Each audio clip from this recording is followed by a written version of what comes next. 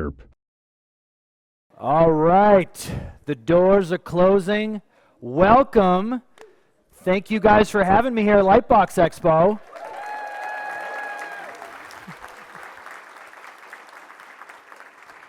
Now, I will admit, this is actually my first time coming to LightBox Expo, so I'm being real casual about it and starting with a giant talk here. I probably should have eased into it, but this is how we're doing it, guys. I'm excited. Before I start, I want to get a real quick poll. How many people here are passionate or excited or curious about storyboarding? Raise your hands. Oh, hell yeah. All right, that's what I like to see. If it was only 3 people, I was like, this is going to be rough. Also, this turnout is awesome. I'm so excited. Yeah. All right, let's get into it. The art of pitching. This is kind of a crazy thing to do a talk on because it's so general and nebulous, right? Like, what does that mean? Are we just talking about storyboard pitching? Are we just talking about pitching your ideas? It's very general, but I feel like not a lot of people talk about this, and it's kind of one of the most important parts of pitching anything. It's the make or break for how shows and films get made. So that's why I wanted to do this talk. Let me jump into it. Let me go here. Who am I? That's me storyboarding there. I'm Patrick Harpin. I came up as a story artist working in the industry. Originally I went to animation school and I basically found storyboarding. That was the thing that I was like, oh, this is cinematography, this is acting, it's writing, it's kind of everything I love in one package, and I don't have to animate or be a good painter. So that was basically like I found my love in story. I started out, I worked on films like Hotel Transylvania 2, Hotel Transylvania 3, working for Gendy, who's the man. I actually came to Sony to work on the Popeye movie, R.I.P. I know. But I also worked I cut my teeth as a writer, working on the show Clarence. I actually wrote the show Bible for that show, which was like me just figuring that out on the fly. And I wrote the first 8 episodes. And then I also storyboarded the majority of Moonrise Kingdom for Wes Anderson, which was a crazy experience. That was basically usually, storyboard teams in the industry will have like, maybe 8 people on a movie, something like that. It was 2 guys, me and a commercial guy, and then the commercial guy got let go, and then it was just me for the rest of the movie. So that was, storyboarding very fast for live action people. So that was sort of my, I really cut my teeth working on that film. And most recently, I got to step into the role as co-creator and showrunner for My Dad the Bounty Hunter. You guys seen My Dad the Bounty Hunter? Yes. Keep watching it. Let's juke those numbers on Netflix. And this was basically me and a buddy. We were working at Sony, and we were like, we want to do our own thing. What do we feel like people aren't doing? What do we feel like doesn't exist that we would want to work on? And I was mostly pitching adult stuff around then, but I was like, wasn't really pitching kids stuff because I was like, oh, they always water down kids things. Like, I don't want to talk down to kids. That was like one of my big things because I remember how that felt when I was a kid watching animation. I was always mad. I was like, they think we're dumb and we're not. So I had been kind of like reticent to go back to pitching kids stuff, but my buddy had been like, come on, like, let's do it. And I was like, well, okay. And we came up with My Dad the Bounty Hunter. And I served as showrunner basically for both seasons. And both seasons kicked ass on Netflix, which we're psyched about. Also, most recently, me and my producing partner, production designer Yuki Demers, we're troublemakers, and we made headlines with our Batman Beyond pitch, which is the most famous movie that does not exist. But you never know. Never say never. I'll be very cagey about it because I can't talk about it. But this was a pitch we made that we really believed in. We were working for about 5 months working for Warner Brothers DC, trying to get them on board with the movie. And when we felt like it had kind of lost momentum at the studio, we decided to release some images online to show, hey, we really think audiences have an appetite for this. Spoiler, they did. They were pretty big fans. It made more of a splash than anything I've actually made, like that's been produced, even more than Dad the Bounty Hunter, which is hilarious. But it was an awesome experience, and you know, it showed us that you kind of have to go with your gut as a creative. You kind of have to, if you believe in something and you think it has a chance, you should always try to see if audiences feel the same way. And that's going to come into play later in this talk. So anyway, that's real quick sort of, you know, highlights of who I am. So you want to pitch your own show or film, right? This is the art of pitching. To start with, I want to be realistic. More people win gold medals every 4 years than get an animated series or film made. Seriously. In fact, a lot more people win gold medals than ever get to do that. Wanting a gold medal would actually be a more realistic goal for you as a person. So I just want to like start there. Like, this is an insane undertaking, and that's okay, right? Because, you know, how else would anyone get a gold medal if no one trained for it, right? Like, you're going to shoot your shot. It may not work, but like, that's how we become Olympians. So I want you to go into pitching with the understanding that this is nuts. You're going to get rejected a lot, maybe every single time over a period of years. You will pitch multiple projects. Most likely, none of them will go. And you'll get stronger. You'll get used to that rejection, and it's like your body's going to get callous to it. You're like, oh, rejection? That's nothing to me. I've been rejected 10 times this year. That's the part of pitching that people kind of don't understand, is you have to develop a really thick skin. It took me 10 years to get someone to actually give me the title of showrunner on something that I pitched. I pitched other stuff before that had kind of went, but this was the first time where I was actually attached to the project and got to run it. And that was 10 years. And I'm one of the lucky ones. You are choosing a path where a lot of the work is unpaid. You're going to be working your day job on, you know, some, like, it's the Gummy Bears show or whatever, and you're going to be pitching your, like, dark anime thing and working on it at night, and they're going to be like, why are you doing these other things? You're going to be like, don't worry about it. I would take meetings and go to pitches on my lunch break when I was at Sony, like while I was storyboarding on Smurfs. Most of your work is going to be spec and unpaid. You're just doing it for the love of the game. If you choose to undertake this path, harden your heart and understand that this is the ultimate long game. Patrick, is there a concrete way to better my odds? Actually, yes, there is. Become a story artist or a writer, preferably both. These are directors who cut their teeth working in the story department. Pretty badass lineup there. You may not recognize everybody, but you've definitely seen all their movies. Not all story artists become great animated film directors, but most good directors come from story or writing backgrounds in animation. Why is that? Imagine a director whose job for the past 10 years has been as a costume designer. They were a costume designer and someone said, hey, you want to direct this movie? The actors love your costumes. What do you think their priority is going to be as a director? Yeah, costumes, baby. The movie might suck, but goddamn, those costumes are going to be beautiful. When a drummer starts their own band, he quits the band, he's like, I'm going to start my own band. 9 times out of 10, which instrument is he going to make the loudest in the mix? Yeah, you get where I'm going with this.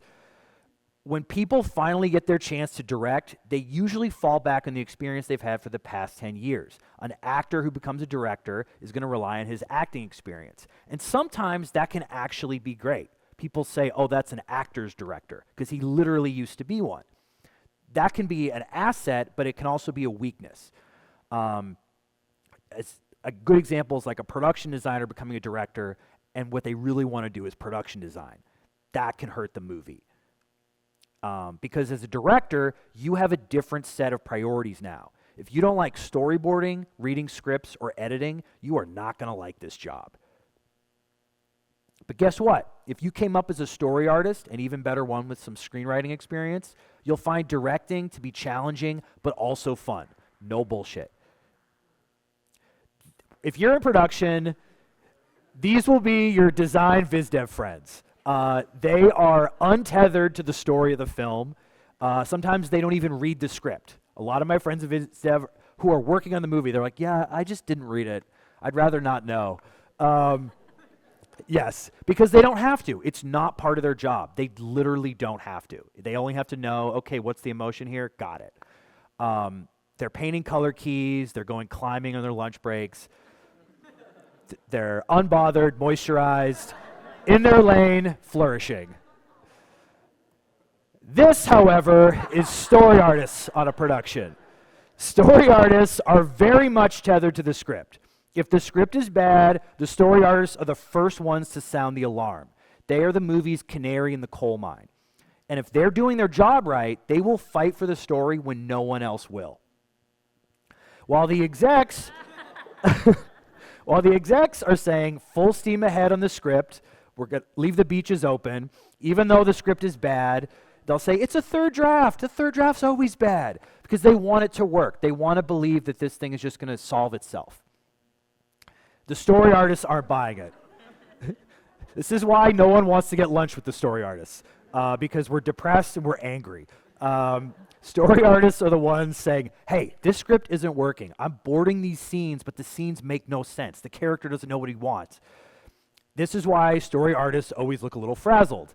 They are forced to learn how a movie works and doesn't work, because they're the first ones encountering problems that will later hurt everyone downstream. So, and here's the thing. Your moisturized friends in viz dev and lighting and all that, they'll be happy for a while. But then when the movie gets blown up due to script problems, and then there's only this much time to do design in the last 4 months of the movie, and they're like, oh my God, why is this happening? The story artists are like, I fucking told you, man. I told you. Nobody listened to me, but I told you. That's kind of your role. You're the story artists, don't care about the aesthetics. They are keyed in on the film itself. I was trained in the last gasp of the era where story artists weren't just wrists to board scripts. Have you guys ever heard the term wrists? So someone says like, oh, you're a wrist. That's kind of how story artists are often treated. You're not really part of the conversation. It's sort of like shut up and board the script. And that was kind of, I had a little bit of disconnect from that because I interned at Pixar, where at Pixar, you're a brain, you're not just a wrist. And that's kind of how they work there. And you're really problem solvers. If you have a solution to something, they're encouraged to pitch that solution.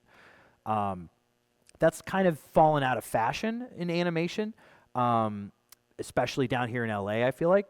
But you were active participants in shaping the film. A good story artist is the first and biggest advocate for the audience outside of the director. They are not enamored with fancy designs or aesthetic. They are actually immune to it. By nature, their job forces them to focus on the film and only the film. Sometimes story artists can become key animators. We see this a lot in 2D animation, right? Where the story artist is essentially a really good animator now. And I know people like this, and I'm very jealous of them. They're amazing. The problem with this is it can actually hide story problems. If you look at a scene, a storyboard sequence that's beautifully animated, it can kind of razzle-dazzle you. And you start to forget, wait a minute, isn't this scene supposed to be about introducing this character's problem? This animation's amazing, but I'm actually being distracted by it. That can be an issue if your boards are so animated and everyone falls in love with it, but doesn't question the intent of the scene. One of the odd advantages of when people pitch their boards on paper, which they actually made us do at Pixar, which was really wild. One of the advantages of that is you can't hide behind beautiful boards or animated boards. It's you in a room pitching like I'm talking to you guys. So if the scene falls flat emotionally, you kind of feel it because you're relying so much on the emotion of the scene. Being a story artist who tries to improve the movie isn't for the faint of heart. You will be known as a troublemaker. I was known as a troublemaker and still am because I want to fix the movie. I don't want to work on bad movies. I want to be able to tell my friends and family to go see it when it comes out. I don't want to keep saying, don't spend the money, it's fine. Right? That's not fun. You want to be able to say, hell yeah, you should absolutely go see it. Aunt Marianne. So you have to keep bringing up these problems as a storyboard artist, even if people don't want you to. Sometimes story artists can literally rescue a bad film and make it good. This happens way more than you would think. A lot of your favorite animated films were saved by story teams in like the last inning of the movie. This is a common refrain I've heard from a lot of artists in the industry. The execs hated what the writer turned in, but they had already wasted so much time, money, so they were forced to let the story artist start pitching ideas. Sometimes when they've run out of time to hire new writers, it can actually be the best thing in the world because the story artists are their last resort, and they're like, finally. So yeah, sometimes story artists can save bad films even if no one ever knows their names. You might be thinking, I thought this talk was about pitching. Why are we talking so much about the story department? Well, I'm trying to make competence sexy again. All right, that's my goal here in animation. Too often in animated films, the leadership looks like this. And I'm saying this as a director. We need to change this. So basically, if your life focus has been story, the jump to director, showrunner is going to be way more fluid for you because you've been unconsciously training for this your whole career. You're like, oh, I know how to do this. I've been getting notes from directors on scenes just like this. So when you get there, you'll actually be ready for it. And you're like, okay, Patrick, I've been honing my craft as a story artist for the past few years. I'm ready to pitch my own show movie. Bad news. Studios are making less originals than they ever have. If it was hard before, now it's twice as hard. Only a few original projects will make it into development, and only the strong will survive. You're like, oh my God, Patrick, how do we even have a shot? But this doesn't stop you. You put together a pitch with everything you love. You corner me at LightBox and force me to hear your pitch. I mean, I can't buy it, but you want to pitch it out there. And let's say, for example, this is your pitch. Based on a lot of pitches I've heard over the past few years, this is an amalgamation of everything I've heard. All right, you ready for your pitch? Sparkle Squad! This is your pitch, Sparkle Squad. Sparkle Squad is a young adult fantasy series. It's a love letter to Sailor Moon, D&D, Adventure Time, Gem and the Holograms, Over the Garden Wall, Stardew Valley, Animal Crossing, My Dad the Bounty Hunter, and Wong Kar-wai's In the Mood for Love. Sparkle Squad is about a crew of magical adventurers that live in the woods and spend their time creating potions using magic and herbs, and believe that any dispute can be solved with the power of friendship. Their magical burrow is occasionally disrupted by the baddies, or bramblethorns, but even the bramblethorns are powerless in the face of tolerance, open communication, and the power of friendship. Sparkle Squad involves a lot of cooking, cuddling, and teaching kids the merits of sustainable farming. Y'all want to work on Sparkle Squad? Yeah! Well, it's already canceled. Yep, I just made it up. It's already dead. It's already been pulled off HBO Max. David Zaslav just heard the name Sparkle, and he said, cut that shit. It's gone.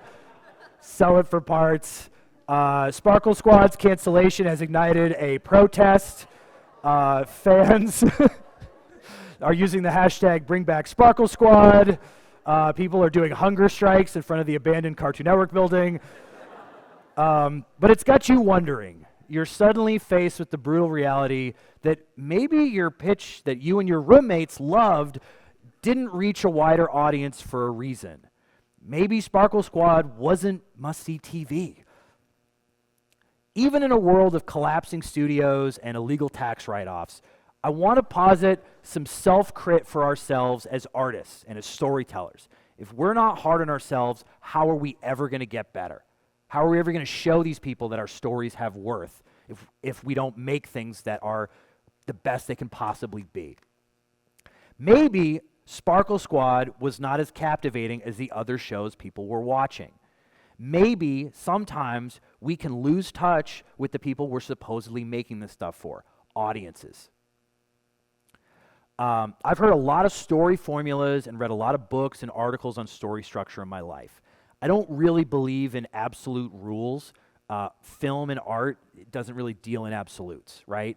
But the one sort of rule that I do kind of believe in is one that I believe Elmore Leonard said, who's a great writer: never be boring. That's basically the only rule of story. Never be boring. However you keep people interested, that's really up to you. And you can keep people interested in a million different ways. So I'm going to use Sparkle Squad as our kind of straw man to analyze our problem. This is subjective, but one of the biggest reasons that we got from the pitch that I think Sparkle Squad maybe didn't hit, it was high on messaging, but low on entertainment and conflict and the stuff we kind of sink our teeth into as viewers. We're not in the education business. This is storytelling.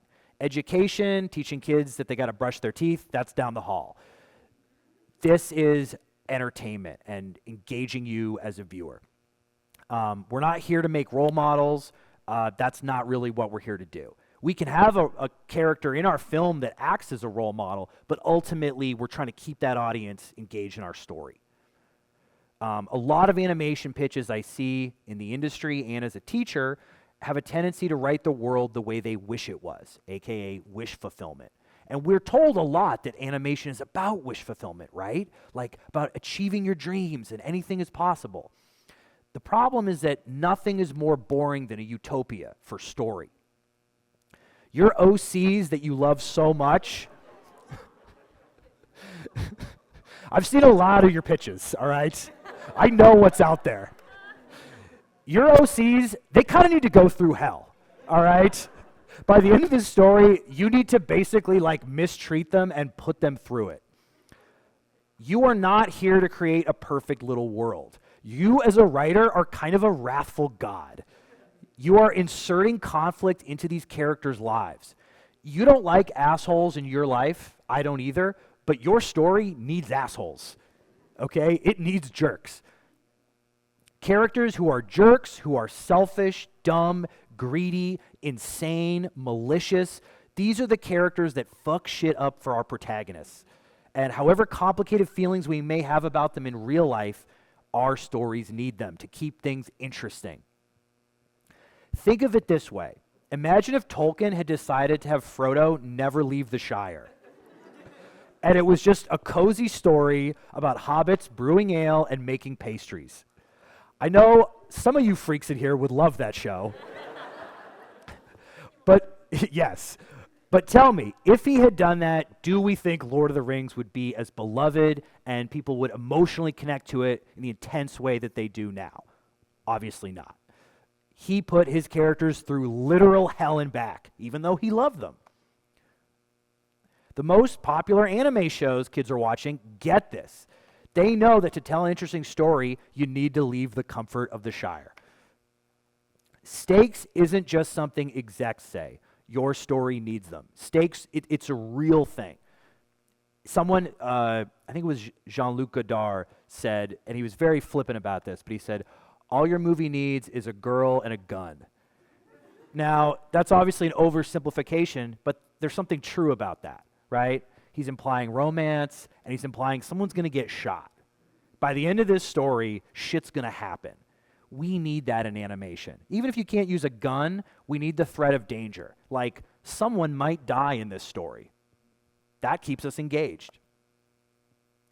Even if your stakes are small in the grand scheme of things, they need to feel major to the character and to us.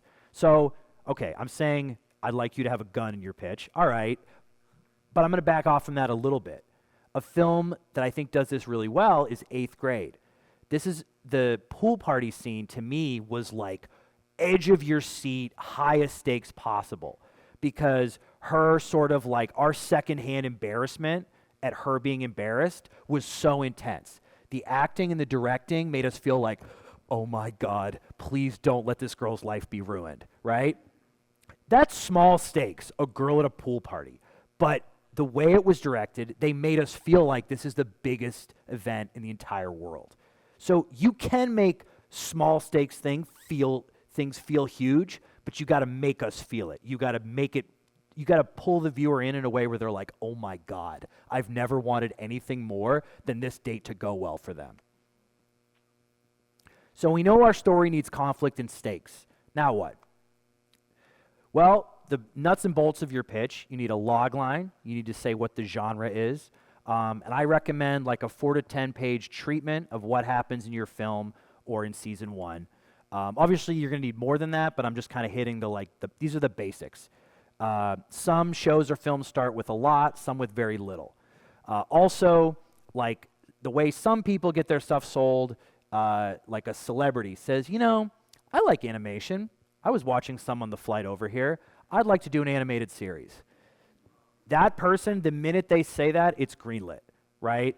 They started a green light, and then they have to basically build a show out of nothing over years and a lot of money.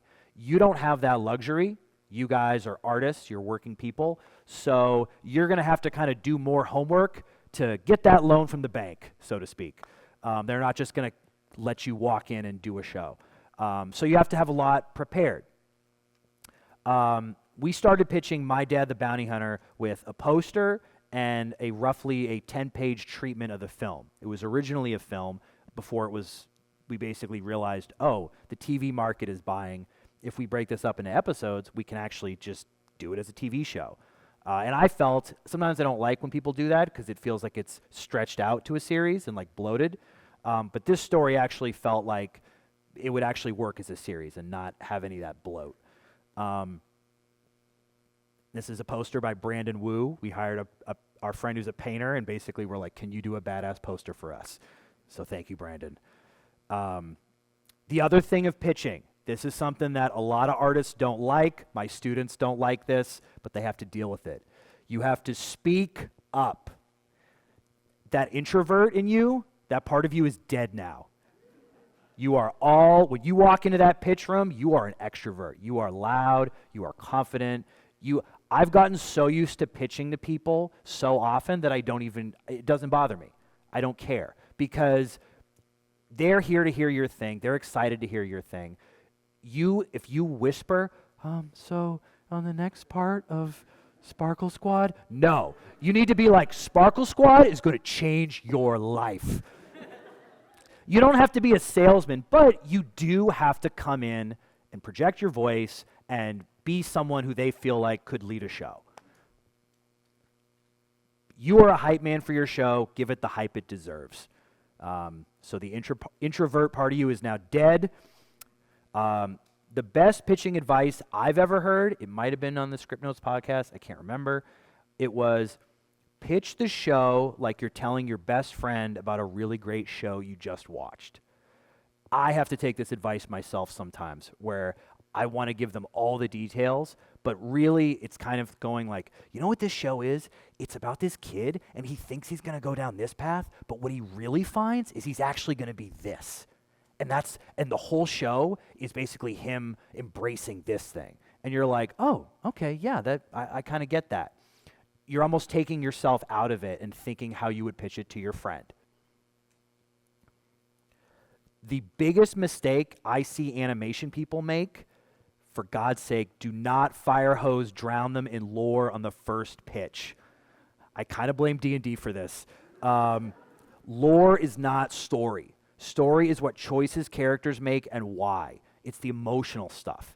Lore and ringlets on the character's jewelry and all those details you want to talk about, that's not what we're here to talk about. Save it for later, DM. You can get into the 1,000-year elf war once you've already sold the show. These people have like 45 minutes. They want to hear, what's it about? Give me the gist of it. Give me the feeling. You can have stuff planned out. I have a lot more usually in my pitches than people see in the actual pitch. I have reasons for things. So if someone asks you, well, what was going on with these elves before? Then you can be like, well, there was a 1,000-year elf war. Then you can pull that up if they ask, but don't drown them in the stuff. You have like 45 minutes, or most likely, You'll spend the first 15 minutes screwing around with the computer because their tech isn't set up. Even at major studios, they don't have tech people. There's better tech here at this event than some of the studios. So the first like 15 minutes is usually a wash just for tech. So you really have like 30 minutes. If you're pitching in person. How do we present our pitch to execs buyers? Should we change our pitch to suit the people buying it? This is a question we all think about. I've thought about this. I think you can tailor your pitch to who you're talking to, even without actually changing your pitch itself. You should absolutely think about who you're pitching to and what they have in development or have recently made. If they just made a box office bomb about a mermaid girl, maybe don't pitch them your Mermaid Man movie. Like, that's stuff to be conscious of. But what if instead of changing your idea, you just present it differently? Is that dishonest? Here's an example to me of someone kind of doing it right. This is a random thing, has nothing to do with animation. This is a poster for Paul Schrader's Master Gardener. Paul Schrader movies cost very little budget, but because of that, he always makes a profit. He's like, I get big actors to be in it. The movie costs like $8 million, and it makes like double that.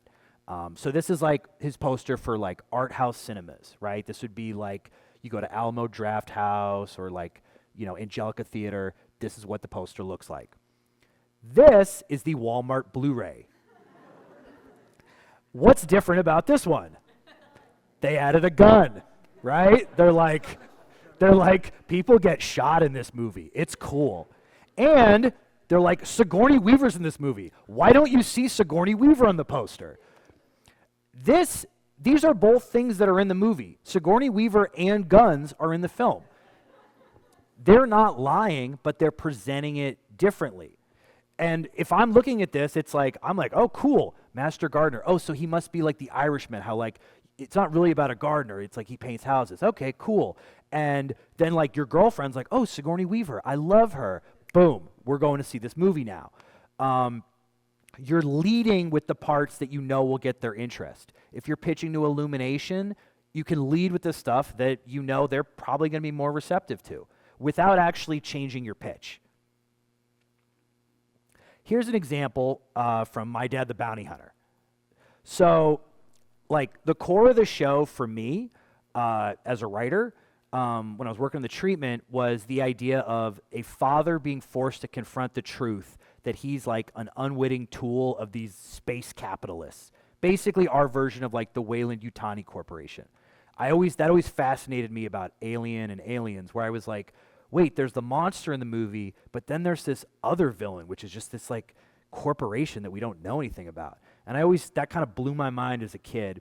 And so the core of this was basically a father realizing he's a tool of them, and his kids making him face that reality. That's like the core idea that I was like, that's cool. I would want to see that show. If I pitched that show to execs as a daughter teaches her father that he can no longer be complicit in oppression under space capitalism, what do you think those execs are going to say?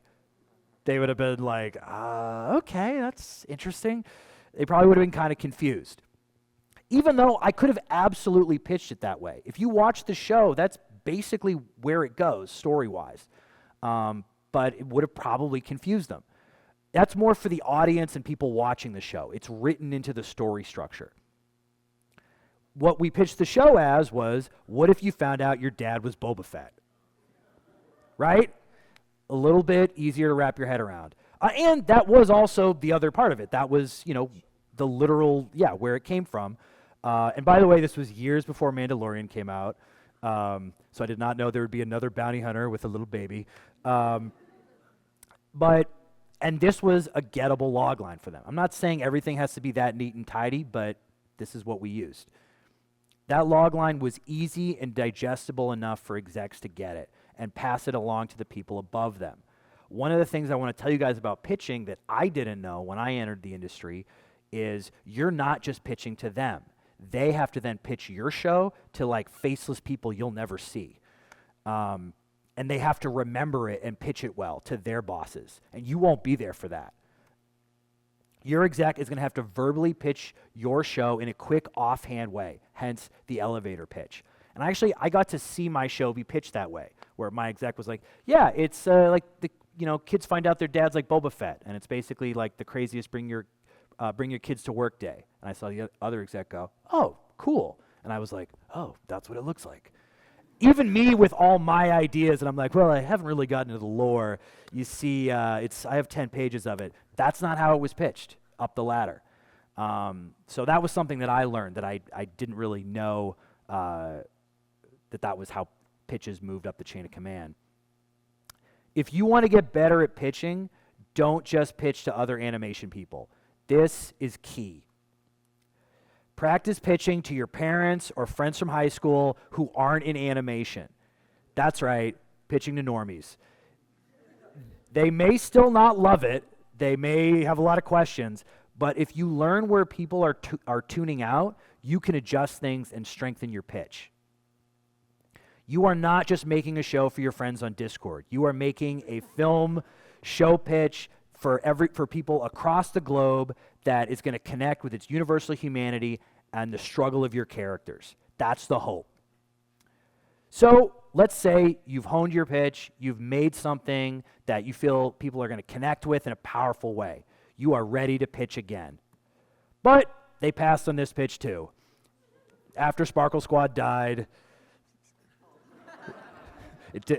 your second try didn't work. There can be a million reasons that they passed on your show. Some of them have nothing to do with your pitch. Maybe they have a similar project at the studio already. Maybe your project has a squirrel as a minor character, and they have another project that also has a squirrel in it. It can literally be that dumb. And by the way, you usually won't find out until later. Like someone in an offhand way will be like, oh yeah, you don't know, we have a squirrel project going. And you're like, why didn't someone tell me that? So there can be a million reasons. Maybe they just aren't the right exec for it. Maybe your presentation didn't convey the passion you have for the project. Or maybe your idea just isn't fully baked yet. But maybe you believe in this project so much that you say, you know what, I don't even care. I don't care if they don't want to buy it. I know audiences would love this thing, and I'm going to find a way to make it on my own. Nowadays, this is not impossible. Shows that would have been too unique or edgy to survive studio development have found a way to prove themselves and then be grandfathered into the studios after the fact. A lot more shows are having to do this. And I actually think this is kind of the new way. If you really want to make something distinct that doesn't feel watered down, that's the way to do it. If you truly believe in your idea and you have a touch of madness, put a version of it out there into the world. A lot of people don't know that even like shows that were big hits for studios, most of the time the studio tried to at one point kill it, like, or was not interested in it. Like Adventure Time, that show, yes, Nickelodeon passed on it, but it also had to go online and be a hit on the internet for Cartoon Network to say, okay, fine, we'll do it. Like most shows, it takes some sort of audience going, yes, we love it, or a film testing really well in Orange County and proving to the execs, see, people do love this movie. That's more common than not. Basically, safe is no longer safe in this industry. Audiences are roundly rejecting generic, boring tofu studio product. You guys are probably seeing this with the movies you're excited by. Stuff now is way more wild and edgy and experimental. A safe movie about a talking squirrel is not really going to hit right now, right? The stuff people obsess over is unique, different, and doesn't feel like it came from committee. So if you can't sell execs or a studio on your idea, pitch it to the people who really matter, the audiences. If everything else doesn't work, those are the people you can pitch to who will hopefully vouch for you. That's my little talk.